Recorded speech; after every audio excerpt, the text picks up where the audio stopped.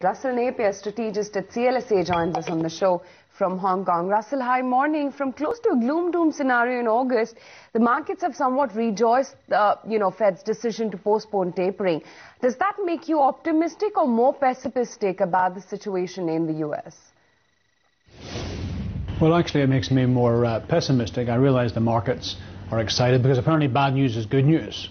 The fact that the economy is not growing as strong as people thought it was, apparently that's good news. And good news is good news. So if you take the rationale of the market, the correct valuation for equities is infinite. So that being clearly untrue, at some stage we're going to have to focus on the news that bad news is bad news. And the failure of quantitative easing after 4 years to produce a normal US economic recovery has to be seen as bad news. So at some stage the market changes its emphasis and begins to realize that the inability of quantitative easing to return America to a normal path of economic growth is not good for equities. And therefore equity valuations, which look to me incredibly, actually extreme, are too high and start to come down. So I think it's bad news. Russell, it's quite ironical. One side, US Fed is maintaining that the US economy has not fully recovered, the growth is still tenuous. On the other hand, after the Fed communication, global markets have appreciated. So why exactly have global markets appreciated when growth concerns are not over? Yeah, I think that's right. They should make the markets weaker and cautious, but they're not. There's something happening in the markets which is a trend following that people after 4 years of quantitative easing, it's like the ringing of a bell, and people know in the ringing of the bell that that's when they should salivate, like Pavlov's dogs. That's when they should get excited and put money in. So the bell has rung and off they go. But sooner or later they're going to realize that this isn't real food, that this isn't the sort of sustenance that can get the stock market or get the economy growing again. So at the minute we're still responding to the ringing of the bell, but that will change.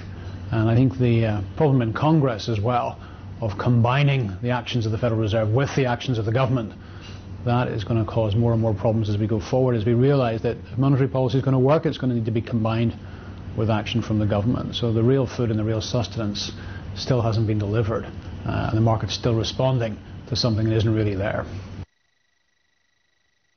Russell, so what are you focusing on next? Now there is talk of tapering in month of December, but how drastic would that be for the market sentiment? Because markets have been dodging that word for 4 months now. That will be bad for market sentiment because, as I say, the market is in this sort of phony war where it believes that this stuff is actually important.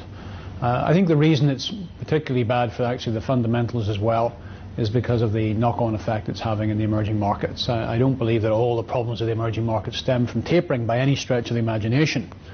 But there's an over-leverage in emerging markets, particularly in Eastern European markets. You just need a catalyst to turn that around and turn them into a balance of payments crisis. And the more we get to a stage where the US is genuinely doing something to tighten monetary policy, the more exacerbated that balance of payments crisis is. So let me be clear, it's coming anyway. But if we do genuinely get some tapering in December, it just accelerates the pace at which we get that emerging market crisis. And the IMF say that half of global growth will come from emerging markets this year. Well, I think they're wrong. And they're certainly wrong to believe that for next year. And the quicker we get to tapering, the quicker we have that balance of payments issue in emerging markets, the more quickly we begin to realize that the world is not growing as quickly as most people think it is. Also, Russell, the Fed has revised its growth forecasts a bit lower for calendar year 2013 and 14. There was opinion already that the Fed was being optimistic. What do you expect on macros in the US growth and inflation? Well, I certainly expect US growth to be coming down because interest rates have gone up, and particularly in the 10-year Treasury yield. Mortgage rates have gone up, and it does seem to already, at what may have seemed comparably low rates of interest, to be biting in economic activity, and obviously the mortgages is where it seems to be biting. And it's very, very worrying that with such a small rise in interest rates to such a low level, that certainly in that one part of the economy it's having a negative effect. And we'll have to wait to see whether it has a negative effect in other parts of the economy. It may not, but it is worrying that it's impacted the mortgage market so rapidly. I think the main impact on the US inflation in particular will come from outside the United States of America. There are major disinflationary or deflationary winds blowing from outside the United States, which I think will push inflation lower. That's key. because Mr. Bernanke told us he would never be in a world where he had nominal rates close to zero and inflation below 1. And inflation is just above 1, so he could very easily find himself in what he called the deflation trap. And those forces blowing from outside are a weak yen and the Japanese importing more cheaply into the United States of America, falling commodity prices, which have been falling for several years, and finally, finally, two issues coming from emerging markets. Number one, some of them are depreciating their exchange rates and will be selling in dollar terms more cheaply, but generally EM growth is slowing, which is also disinflationary. So from outside the United States, regardless of domestic economic conditions, that we are watching a disinflation which is pushing real rates of interest higher. Back to that key question, how much of a rise in real rates do we need to bite into real economic activity? As I said, worrying, but it looks like it's quite a low level. Right, so Russell, just to have a follow-up question then. So what happens to the Fed policy stance under the new governor, Janet Yellen? If she takes over, do you think it will be more like continuity from US Fed? I don't think things change. I mean, I really don't think it changes very much, regardless of who takes over. The Fed's policy stance is clearly dominated by quantitative easing, and we have to remember what it was designed to do. It was designed to stop a recession becoming a depression. It was designed to create a frictionless de-gearing, and by frictionless I mean a de-gearing of the household sector that wouldn't produce massive bankruptcies, and in this it's been successful. And because it does that role quite well, you should expect any central banker to continue to do it as long as we're still de-gearing. It would be necessary.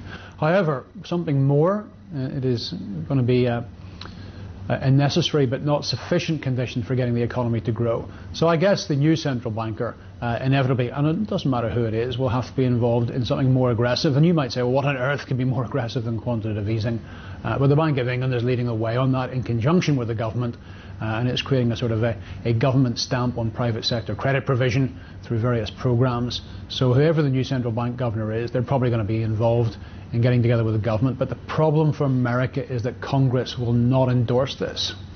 So the next thing in America is a realization that the existing Fed policy isn't working, and then a realization that to get credit flowing again will involve the government, and that's going to be incredibly difficult given the situation in Congress. Any central banker who takes over in America faces exactly the same dynamics, and I don't think that Larry Summers was particularly in any stronger position to deal with this than anybody else.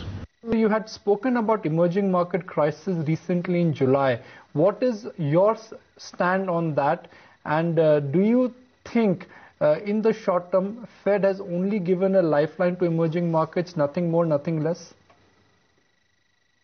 Yeah, I don't think the tapering was the key thing that was causing this. As I said, it was one factor feeding into this. But there were other things going wrong for EM. Primarily, fundamentally, the reason EM has a crisis is it is far too much external debt.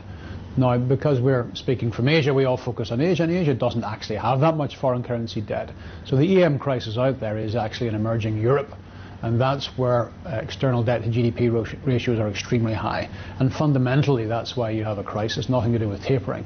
There are other catalysts out there, of course, as well, to focus on this issue. For some countries, they've borrowed a lot of money to build capacity in the commodity space, and commodity prices are coming down, causing issues. I do think the fall in the yen has also been a major issue, undermining competitiveness for some emerging markets. So my view on the emerging markets hasn't changed at all based on tapering, and that is for Eastern Europe in particular. We're looking at countries which are going to default on their debt. And most of Eastern Europe, I think, finds itself in that situation. Asia finds itself in a different situation, a cyclical slowdown associated with the balance sheet realignment through the external accounts. That's not a situation which is positive for Asia. Doesn't take us to an Asia 98 scenario, but Eastern Europe is in an Asia 1998 scenario, and as they've borrowed nearly $2 trillion from foreigners, it is important. Some of these countries you may never have heard of, but when they borrow $2 trillion from the global financial system and then begin to default on it, that's important for everybody. Russell, so what's your view on the dollar now? Is the trend for the medium term reversed?